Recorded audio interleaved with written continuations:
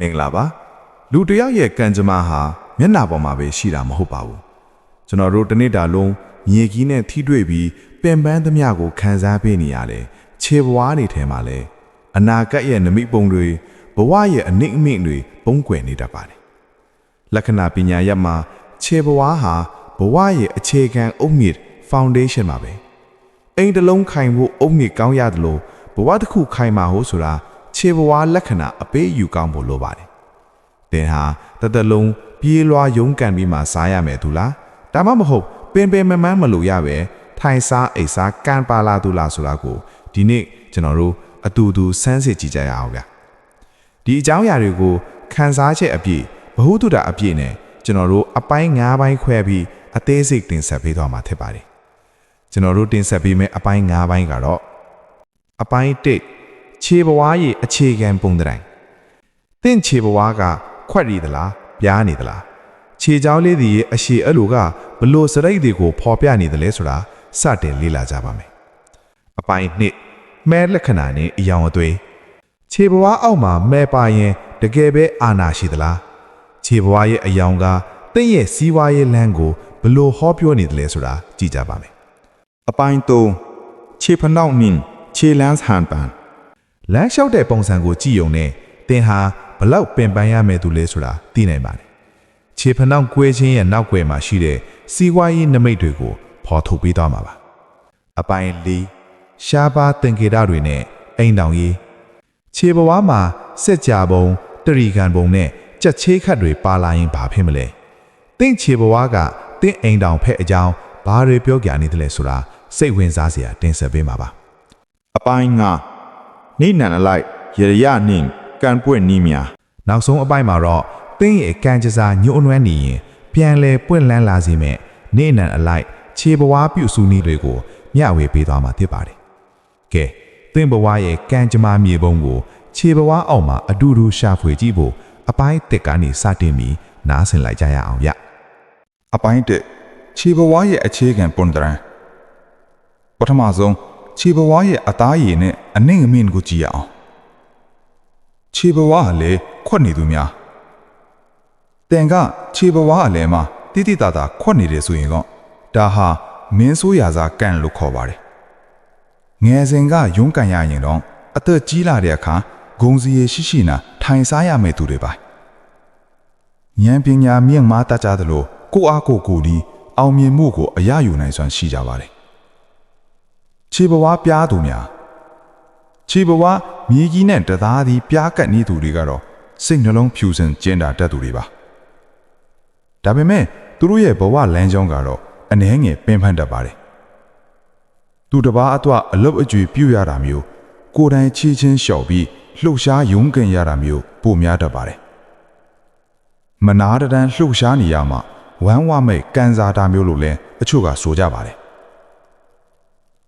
ခြေဘဝအောက်ကလက္ခဏာအစင်းကြောင်းများကျွန်တော်တို့လက်ဝါးမှာလက္ခဏာလမ်းကြောင်းတွေရှိသလိုခြေဘဝမှာလည်းအရေးကြီးတဲ့အစင်းကြောင်းတွေရှိပါတယ်ဒေါင်လိုက်စင်းကြောင်းခြေဘဝအလေတက်တဲ့ကနေခြေမဘက်ကိုဥတီတော့တဲ့အစင်းကြောင်းပါခဲ့ရင်တော့ဒါဟာစီးပွားလက်လာပါအလွန်ကောင်းမဲ့နမိတ်ပါအထူးသဖြင့်ကုန်ထွယ်မှုလုပ်ငန်းတွေမှာအောင်မြင်တတ်ပြီး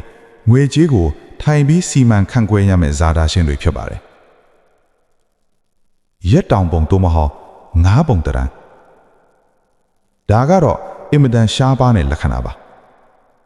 ခြေဘဝမှာငါးပုံတရံအစင်းကြောင်းပါလာရင်တင်ဟာတတ်လုံးပူစရာမလိုတဲ့ဘုံကန်ပါသူပါဘလို့အခက်အခဲမျိုးကြုံကူညီမဲ့သူအလိုလိုပေါ်လာတတ်ပြီးစီးစင်ဥစ္စာကျွဲဝတတ်သူဖြစ်ပါတယ်ခြေချောင်းလေးတွေရဲ့နမိတ်ခြေမဟာအခြားခြေချောင်းတွေထက်တိတိတသာရှည်နေရင်တင်ဟာဉာဏ်ကြီးရှင်တဲ့အောက်ပါစကားပြောကောင်းတယ်စီးယုံနှံစွမ်းရှိတယ်ဒါကြောင့်ပင်မန်းထမ်းဖို့စရာမလိုပဲအုံနောက်ကိုသုံးပြီးအေးဆေးရှာဖွေစားတောက်နိုင်မဲ့သူဖြစ်ပါတယ်ခြေညိုးကခြေမထက်ရှည်နေရင် Greek foot ဒီလိုလူမျိုးတွေကတော့ခေါင်းဆောင်မှုအားကောင်းပါတယ်ဒါပေမဲ့သူတို့မှာပါလာတဲ့ကံကဥဆောင်ပြီးရုန်းကန်ရခြင်းပါမိသားစုအတွက်ဖြစ်စေလုပ်ငန်းခွင်မှာဖြစ်စေ ရှေ့ဆုံးကနေမနာတမ်းဥဆောင်နေရလို့ပင်ပန်းမှုတော့ရှိတတ်ပါတယ်။ဒါပေမဲ့အောင်မြင်မှုကတော့အမြဲတမ်းသူတို့နောက်မှာရှိနေမှာပါ။အသားအရည်နဲ့အပူအရည်ခြေပွားကိုကင်ကြည့်တဲ့အခါအသားအရည်ကနူးညံ့ပြီးနှွေးထွေးနေတယ်ဆိုရင်ဒါဟာထိုင်းစားရမယ့်နမိတ်ပါ။အမြဲတမ်းခြေပွားကကြမ်းတမ်းနေပြီးအသားပတ်နေတတ်ရင်တော့ဘဝမှာခရီးသွားလာမှုများမယ်ပင်ပန်းမှုများမယ်လို့ယူဆနိုင်ပါတယ်။ဒါတွေကတော့အခြေခံအချက်လက်တွေပါ။ဒါပေမဲ့ခြေပွားမှာမှဲ့ပါရင်ရောဘာဖြစ်မလဲ။ခြေပွားရဲ့အယောင်အသွေးကဘဝရဲ့စီးပွားရေးကိုဘယ်လိုဟောပြောနေသလဲ။အသေးစိတ်အချက်လက်တွေကိုအပိုင်း2မှာဆက်လက်ပြောပြပေးသွားပါမယ်။အပိုင်း2မဲလက္ခဏာနဲ့အယောင်အသွေးခြေပွားအောက်ကမှိတ်လက္ခဏာဗီဒမှာခြေပွားအောက်ကမှိတ်ဟာခရီးသွားခြင်းနဲ့အာနာကိုကိုစားပြုပါတယ်။ခြေပွားအလဲတဲ့ကမှိတ်ဒါကိုခေါင်းဆောင်မှဲ့လို့ခေါ်ပါတယ်။ဒီလိုလူမျိုးဟာငယ်စဉ်မှာပင်ပန်းခြင်းပင်ပန်းမယ်ဒါပေမဲ့အရွယ်ရောက်လာတဲ့အခါလူအများပြားကိုအုပ်ချုပ်ရမယ်သူစီမံခန့်ခွဲရမယ်သူဖြစ်လာတတ်ပါတယ်။ဒါဟာထိုင်စားရမယ်သူစည်ရင်းထဲမှာပါပါတယ်။ဘာလို့လဲဆိုတော့ကိုယ်တိုင်ပင်ပင်ပန်းပန်းမလုပ်ရပဲသူတစ်ပါးကိုခိုင်းစေပြီးဇီးစိမ်ခံစားရမယ်ကံဖြစ်လို့ပါပဲ။ခြေဖွားဘေးစွန်ကမှိတ်တင်ကခြေဖွားရဲ့ဘေးဘက်တွေမှာမှဲ့ပါနေတယ်ဆိုရင်တော့ဒါဟာလဲလေရမယ်ကံပါ။တနေရာထဲမှာအခြေတကျမနေရပဲပြည်တွင်းပြည်ပခရီးပြီးခဏခဏထွက်ရတတ်ပါတယ်။အပင်ပန်းခံရပေမဲ့အဲ့ဒီခရီးစဉ်တွေကနေသစိမ့်ငွေဝင်မဲ့လက္ခဏာမျိုးပါ။ခြေချောင်းလေးတွေပေါ်ကမှိတ်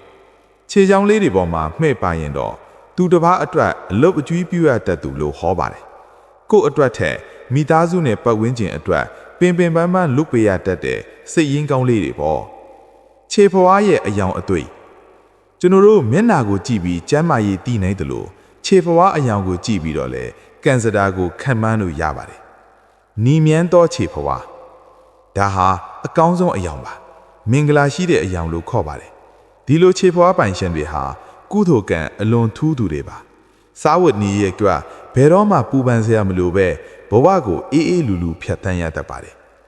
ဖြူဖြော့တော့ခြေဖွားကသွေးမရှိသလိုဖြူဖြော့နေရင်တော့စိတ်ပင်ပန်းလူပင်ပန်းရမယ့်ကံရှိပါတယ်အလုပ်တွေအများကြီးလုပ်နေရပေမဲ့ရလက်ကနည်းနေတတ်တာမျိုးပေါ့စီးပွားရေးမှာအတက်အကျချမ်းတတ်ပါတယ်အဝါရောင်တန်းတော်ခြေဖွားဒါကတော့ကျမ်းမာရေးကိုသတိပြုရမယ်အပြင်စိတ်တော့ကများတဲ့သူတွေမှာတွေ့ရတတ်ပါတယ်အလုပ်တွေကတော့လုပ်နေရတယ်ဒါပေမဲ့အမြဲတမ်းစိုးရိမ်ပူပန်မှုတွေနဲ့ဘဝကိုဖြတ်တန်းနေရတတ်ပါတယ်ခြေဖွားအောက်ကထူးခြားတဲ့အမှတ်အသားများဒါကတော့တကယ့်ကိုအလွန်ရှားပါတဲ့အချက်တွေပါရှေးအောင်ကျမ်းစာတွေအရလာချမ်းပုံစံခြေဖွားအလဲမှာလာချမ်းပုံစံအစင်းကြောင့်ပါခဲ့ရင်သင်ဟာထင်ပေါ်ကြော်ကြားမဲ့သူပါလူမှုကွန်ရက်မှာဖြစ်စေအမှုပညာလောကမှာဖြစ်စေနာမည်ကြီးပြီးငွေဝင်ကျမ်းမဲ့သူတွေပေါ့စัจ जा ပုံစံဒါကတော့ဖုံးကန်အကြီးမားဆုံးသူတွေမှာပဲပါတာပါရှေးဘဟင်တွေတထေးကြီးတွေမှာတွေ့ရတတ်ပါတယ်တသက်လုံးထိုင်စားယုံတင်မကမျိုးဆက်9ဆက်စာပါချမ်းသာနိုင်တဲ့ကံမျိုးလို့ဆိုကြပါတယ်ညာဥပုံစံခြေဖွားကနေခြေချောင်းတွေဘက်ကိုညာဥပုံစံအစင်းချောင်းတက်သွားရင်တော့တင်ဟာခီးသွားလေလေချမ်းသာလေလေထိမဲ့သူပါတနေရာထဲမှာအငိမ်ထိုင်နေရင်စီးဝါးတက်မှာမဟုတ်ပါဘူးခြေဖွားအသားမာနဲ့ဘဝရုန်းကန်မှုလူတယောက်ရဲ့ခြေဖွားမှာအသားမာတွေတက်နေတာဟာသူဘလောက်ရုန်းကန်ခဲ့တာလဲဆိုတဲ့ပျော်ရက်ပါပဲဒါပေမဲ့ခြေဝနောင်မှာအသားမာတက်ခြင်းအိမ်ထောင်ရေးသို့မဟုတ်မိသားစုဝန်ထုပ်ဖို့ကြောင့်ပင်မရတတ်ပါတယ်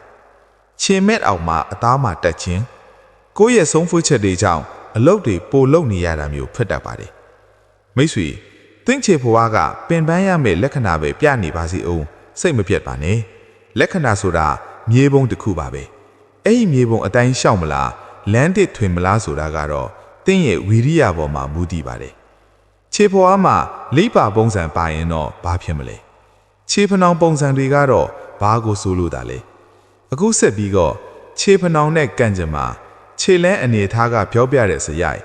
ကံကောင်းစေမဲ့ခြေဖွားပြုပြီးနတ်တွေကိုဆက်လက်တင်ဆက်ပေးသွားပါမယ်အပိုင်း3ခြေဖနှောက်နင်းခြေလန်းဟန်ပန်မိတ်ဆွေတခါတလေကိုပြန်မေးဘူးလားငါဘာလို့ဒီလောက်ပင်ပန်းနေရတာလဲဆိုလာမျိုးဒါမှမဟုတ် ဘာလို့ငါမှအခွင့်အရေးတွေခဏခဏလွဲနေရတာလဲဆိုတာမျိုးပေါ့တကယ်တော့ကျွန်တော်တို့ရဲ့ခြေဖနှောင့်တွေကဒီမေးခွန်းတွေကိုအဖြေပေးနိုင်ပါတယ်ခြေဖနှောင့်ဟာလူတစ်ယောက်ရဲ့ခါနိုင်ရင်းနဲ့ဘဝတည်ငြိမ်မှုကိုပြသတဲ့မှတ်ကြောက်ပဲဖြစ်ပါတယ်ခြေဖနှောင့်ကပြောတဲ့ဇာတာလုံးဝင်းပြီးပြည်အချိုးတဲ့ခြေဖနှောင့်ဒါဟာတထေးကန်ရဲ့ထင်ရှားတဲ့လက္ခဏာတစ်ခုပါဒီလိုခြေဖနှောင့်ပိုင်ရှင်တွေဟာစီးစိမ်ဥစ္စာကိုထိမ့်သိမ်းနိုင်စွမ်းရှိကြပါတယ်တသက်လုံးပြေးလွှားမနေကြပဲအသက်35နှစ်နောက်ပိုင်းမှာအခြေတကျနဲ့ထိုက်စားရမယ်ကံမျိုးပါအထူးသဖြင့်အမျိုးသမီးတွေမှာဒီလိုခြေဖနှောင့်မျိုးပါလာရင်အိမ်တောင်ဘက်ကောင်းရတတ်ပြီးဘဝမှာပူပန်စရာမရှိပဲနေထိုင်ရတတ်ပါတယ်သေးထွယ်ပြီးရှည်လျားတဲ့ခြေဖနှောင့်ဒီလိုပိုင်ရှင်တွေကတော့ဉာဏ်ပညာနဲ့ရှာစားရမယ်သူတွေပါဒါပေမဲ့သူတို့မှာအားနည်းချက်တစ်ခုကစိတ်ကူးရင်ဆန်းလွန်းတတ်ပါပဲကိုယ်တိုင်ပင်ပန်းမလုပ်ချင်ပေမဲ့စိတ်ပင်ပန်းစရာတွေများနေတတ်ပါတယ်လုပ်ငန်းခွင်မှာအောင်မြင်တတ်ပေမဲ့အမြဲတမ်းတစ်ခုမှတစ်ခုပူပန်နေရတတ်ပါတယ်ခြေဖနှောင့်ကွဲအပ်နေသူများဒါဟာလက္ခဏာပညာအရစီးဝါးယိုဖြစ်ခြင်းနမိတ်ပါခြေဖနှောင့်အမြဲကွဲနေရင်ဘလောက်ပဲငွေရှာပြန်ထွက်သွားတတ်ပါတယ်ဒါဟာတသက်လုံးပင်ပန်းလုပ်နေပေမဲ့လက်ထဲမှာငွေမမြဲတဲ့လှဲ့လဲယုံကန်တဲ့သူတွေရဲ့လက္ခဏာမှုခြေဖနှောင့်ကိုဂရုစိုက်ဖို့လိုအပ်ပါတယ်ခြေလန်းဟန်ပတ်နဲ့ဘဝလမ်းကြောင်းလူတစ်ယောက်လမ်းလျှောက်တာကိုကြည့်ုံနဲ့သူဟာထိုင်စားရမယ်သူလားပင်ပန်းရမယ်သူလားဆိုတာခွဲခြားလို့ရပါတယ်ခြေသားမမြေပဲငိမ့်ငိမ့်လေးလျှောက်သူဒီလိုလူဟာစိတ်တည်ငြိမ်ပြီးကန်းစားတာအလွန်မြင့်ပါတယ်သူတို့ကအလုတ်ကကိုယ်စီလာမျိုးပါပင်ပန်းစကားမလို့ပဲကံကောင်းမှုတွေအလိုလိုရောင်လာတတ်ပါတယ်ခြေပြားထောက်ပြီးလျှောက်သူလမ်းလျှောက်ရင်ခြေဖနှောင့်ကမြေကြီးနဲ့တိတ်မထီပဲခြေပြားနဲ့ပဲအားဖြုတ်လျှောက်တဲ့သူတွေဟာဘဝမှာခြေမနာလက်မနာယုံကန်ရတတ်ပါတယ်စိတ်မြန်ကိုယ်မြန်ရှိပြီးအလုပ်တွေကိုအပြေလွှာလုပ်ရတဲ့လို့ပင်မမှုတန်းကိုတစ်သက်လုံးခံစားရတတ်ပါတယ်ခြေသံပြင်းပြင်းစောင့်ပြီးလျှောက်သူဒါကတော့ဒေါသမန်ကြီးပြီးခရီးချမ်းလျှောက်ရမယ်သူပါဘဝမှာအတိုက်အခံတွေများမယ်ကိုအားကိုဤအပင်ပန်းကန်တိုက်ပွဲဝင်မှာအောင်မြင်မှုကိုရမယ်သူမျိုးဖြစ်ပါတယ်ခြေသေးလေးတွေရဲ့လွတ်ရွှက်ချက်ဝိုင်းဆက်ပြီးပန်းတန်းတဲ့ခြေသေးဒါဟာမင်္ဂလာရှိတဲ့လက္ခဏာပါဘဝမှာအစင်စီချောမွေ့မယ်ကျမ်းမာရေးကောင်းပုံမယ်သူတစ်ပါးရဲ့ကူညီမှုကိုအမြဲရရှိပြီးထိုင်စားရမယ်ကံမျိုးပါမွဲချောက်ပြီးအစင်းချောင်းပါတဲ့ခြေသေးဘဝမှာအခက်အခဲတွေအတက်အစီးတွေများနေတတ်တာကိုပြပါတယ်အပင်ပန်းကန်ပြီးမှအရာလက်ထွက်လာမဲ့ကြိုးစားရုန်းကန်သူတွေမှာတွေ့ရတတ်ပါတယ်ခြေဘဝမှာပါတတ်တဲ့မြင်းခွေများခြေမအောက်ကကွင်းပုံစံ Island or Cycle ဒါဟာတသက်လုံးအတွက်စားအိုးစားခွက်လို့ခေါ်ပါတယ်ဒီအမှတ်ထောက်ပါလာရင်တင်ဟာဘဲလိုနေရာရောက်အစားအသောက်မငတ်ပါဘူးတထဲအိမ်ရောက်ဟင်တထဲလိုနေရမယ်ဆေးရဲတဲ့နေရာရောက်လေတောင်အခွင့်ထူးကန်အနေနဲ့နေရတတ်ပါတယ်ကဲမိတ်ဆွေရဲ့ခြေဘဝမှာတော့ဘလို့လက္ခဏာတွေရှိနေသလဲအခုဆိုရင်ခြေဘဝရဲ့အပြင်အစင်တော်တော်များများကိုတိသွားကြပြီနော်တသက်လုံးလဲ့သွားလာရမယ့်သူတွေအတွက်အာကာကွယ်တွေကပါလေကန်ဆိုးတဲ့ခြေဘဝလက္ခဏာတွေကိုဘယ်လိုနီးလန်းနေနဲ့ပြောင်းလဲပြလို့ရမလဲခြေဘဝမှာကြက်ခီခတ်ပါရင်တော့ဘာဖြစ်မလဲဒီအကြောင်းအရာတွေကိုဆက်လက်တင်ဆက်ပြသွားအောင်မှာဖြစ်ပါတယ်အပိုင်း၄ရှားပါသင်္ကေတတွေနဲ့အိမ်တောင်ရေးမိတ်ဆွေကျွန်တော်တို့ခြေဘဝအချမ်းကိုဆွေးနွေးလာတာအခုဆိုရင်တကယ်ကိုအတွင်းကြအချက်လက်တွေကိုရောက်လာပါပြီလူတော်များများကခြေဘဝကိုမြေကြီးနဲ့ထိယုံပဲထင်ကြပေမဲ့တကယ်တော့ခြေဘဝဟာစัจ java လာရဲ့စွမ်းအင်တွေကိုစုပ်ယူတဲ့နေရာလည်းဖြစ်ပါတယ်အခုကျွန်တော်ထပ်ပြောပြမယ့်အချက်တွေကတော့သင်ဘဝရဲ့အချိုးအကွေ့တွေကိုပြောင်းလဲပေးနိုင်တဲ့အချက်တွေပဲဖြစ်ပါတယ်ခြေဘဝမှာပါတတ်တဲ့ရှားပါသင်္ကေတများလက်ဝါးမှာလိုပဲခြေဘဝမှာလည်းအလွန်ရှားပါတဲ့သင်္ကေတတွေရှိတတ်ပါတယ်ကြက်ချေးခတ်ခြေဘဝအလေတဲ့မှာကြက်ချေးခတ်ပါနေတော့ဒါဟာဘေးဥပတ်မှာကင်းဝေးခြင်းနမိတ်ပါသင်ဟာဘလောက်ပဲပင်ပန်းလှဲ့လေသွားလာရပါစေဘေးအန္တရာယ်တစုံတရာမကြုံရပဲအမြဲတမ်းဘေးကင်းတတ်ပါတယ်တနည်းအားဖြင့်နတ်ကောင်းနတ်မြတ်မဆသူလို့ခေါ်ပါတယ်တရိကံပုံစံခြေဘဝမှာတရိကံပုံစံပါခဲ့ရင်တော့သင်ဟာအင်ချမ်းမြေကံအလွန်ကောင်းသူပါမိဘရှိကအမွေရတာမျိုးဒါမှမဟုတ်ကိုယ်တိုင်ကအိမ်တွေချမ်းတွေအများကြီးပိုင်ဆိုင်ပြီးထိုင်စားရမယ့်သူမျိုးပေါ့ခြေဘဝအောက်မှာတရိကံပါတဲ့သူဟာအသက်40ကျော်ရင်ဘယင်လိုစီးစိမ်ခံရတတ်ပါတယ် စတူရန်ပုံစံဒါကတော့အကအကွဲပါစီးပွားရေးလောကထဲမှာဘသူကပဲတိုက်ခိုက်ပါစေဘလို့ပဲအရှုံးပေါ်မဲ့အခြေအနေမျိုးကြုံရပါစေတင်ဟာအမြဲတမ်းအရင်မပြုတ်ပဲပြန်လဲနာလန်ထူနိုင်မဲ့သူဖြစ်ပါတယ်ခြေဘဝကပြိုးပြတဲ့အိမ်တောင်ရေးနဲ့စီးစိမ်ထိုင်စားရမဲ့သူလားဆိုတဲ့နေရာမှာကိုယ်တိုင်ရှာစရာမလိုပဲအိမ်တောင်ဖက်ကြောင့်ချမ်းသာမဲ့သူတွေလည်းရှိပါတယ်ခြေလလုံးကနေခြေဘဝအထိအသားအရည်ဝင်းပနေသူဟာအိမ်တောင်ဖက်ရဲ့ကံကိုစားရမဲ့သူပါအမျိုးသားဖြစ်စေအမျိုးသမီးဖြစ်စေမိမိထက်ဂုံပုတ်မြင်မာသူနဲ့အကြောင်းပါတတ်ပြီးတက်လုံးလက်ဖျားငွေမဆိုရပဲစီးစိမ်ခံရတတ်ပါတယ်ခြေချောင်းလေးတွေတစ်ခုနဲ့တစ်ခုထပ်နေရင်ခြေချောင်းလေးတွေကညီညီညာညာမရှိပဲတစ်ခုပေါ်တစ်ခုထပ်နေတာမျိုးရှိရင်တော့အိမ်တောင်ရေးကြောင့်အနှဲငယ်ပင်ပန်းရတတ်ပါတယ်မိသားစုဝန်ထုတ်တွေကိုကိုယ်တိုင်ထမ်းပိုးပြီးလွှဲ့လေရုံးကန်ရမယ်ကံမျိုးပါခြေပဝါးတွေအမွေးအမြန်များလူအချို့ရဲ့ခြေပမိုးတယ်မဟုတ်ပဲခြေချောင်းလေးတွေပေါ်မှာပါအမွေးအမြန်ရှိတတ်ပါတယ်ခြေချောင်းပေါ်မှာအမွေးရှိခြင်းဒါဟာဩဇာအာဏာရှိခြင်းပါပင်ပန်းပန်းလုပ်ရပါစေကို့အမင့်ကိုနာခံမဲ့သူတွေရှိနေတတ်ပါတယ်ခြေဘဝမှာအမွေးလုံးဝမရှိပဲချောမှုနေခြင်းစိတ်အေးချမ်းသာတဲ့ဘဝကိုဖျက်ဆီးရမဲ့သူအမှုပညာစံတဲ့သူတွေမှာတွေ့ရတတ်ပါတယ်ကံဆိုးခြင်းကိုကံကောင်းခြင်းအဖြစ်ပြောင်းလဲနေတကယ်လို့တင့်ချေဘဝလက္ခဏာကတက်လုံးပြင်ပန်းရမယ်လို့ပြနေရင်တော့စိတ်မပူပါနဲ့လက္ခဏာပြေတာမှာပြုပြင်းလို့ရတဲ့နီးလန်းတွေရှိပါတယ်နံပါတ်1ခြေဘဝကိုအမြဲတန့်ရှင်းအောင်ထားပါခြေဘဝကဲ့တာညစ်ပတ်တာဟာကံစရာကိုညှိုးနှွမ်းစေပါတယ်ညတိုင်းခြေထောက်ဆေးပြီးစီတို့မဟုတ်လို့ရှင်တစ်ခုခုလေးပေးခြင်းဟာစီးပွားလာပါလာကိုပြန်လဲပွင့်စေပါတယ်နံပါတ်2ဖနက်ရွေးချယ်မှုတင့်ခြေဘဝက flat feet ပြားနေရင် arch support ပါတဲ့ဖနက်ကိုစီးပေးပါဒါဟာစွမ်းအင်စီးဆင်းမှုကိုမြင့်တာစေပါတယ်နံပါတ်3မြေကြီးနဲ့ထိတွေ့ပေးပါတပတ်ကိုတစ်ချိန်လောက်မြက်ခင်းပေါ်မှာခြေတွေပါနဲ့လမ်းလျှောက်ပေးပါဒါဟာဘဝရဲ့အပင်ပန်းတွေကိုမြေကြီးထဲဆွန့်ထုတ်ပြီးအားသစ်လောင်းတဲ့နီးလန်းပါအပိုင်းငါနေနံအလိုက်ရရနှင့်ကန်ပွင့်နီးများမိတ်ဆွေကျွန်တော်တို့ခြေဖွားလက္ခဏာခရီးစဉ်ရဲ့နောက်ဆုံးမှတ်တိုင်ကိုရောက်ရှိလို့လာပါပြီရှေ့ပိုင်းမှာကျွန်တော်တို့ဟာခြေဖွားရဲ့အနှိမ့်အမြင့်အစင်းကြောင်မှဲ့နဲ့အယောင်ဆွေးတွေကိုလေ့လာခဲ့ကြပြီးပြီအခုအပိုင်း9မှာတော့တင့်ရဲ့ခြေဖွားကဘလို့ပဲရှိနေပါစေဆိုးတာကိုကောင်းအောင်လုပ်ကောင်းတာကိုပိုကောင်းအောင်လုပ်နိုင်မေးလျှို့ဝှက်ချက်တွေကိုမျှဝေပေးသွားမှာပါနေနံအလိုက်ခြေဖွားရရနဲ့လက်ပွင့်နီးများရှေးအောင်ပေတင်ပီနာရက်ဒီအရာမိမိမွေးနေ့အလိုက်ခြေဖွားကိုပြုစုပေးခြင်းဟာစီးပွားရေးလက်လာပါကိုတိတိတသာပွင့်လန်းစေပါတယ်တနင်္ဂနွေသားသမီးတင်ဟာခီးသွားရတာများပြီးပေပန်းနေရင်တနင်္ဂနွေနေ့မနက်မှာခြေဖွားကိုနနွေးမုံအနှင်းငယ်နဲ့ပွတ်တိုင်ပြီးဆေးကြောပေးပါဒါဟာတင်းရဲ့ဂုံတိတ်ခါကိုမြင့်တင်ပေးပြီးထိုင်စားရမယ့်အခွင့်အရေးတွေကိုဖန်တီးပေးပါလိမ့်မယ်တနင်္လာသားသမီး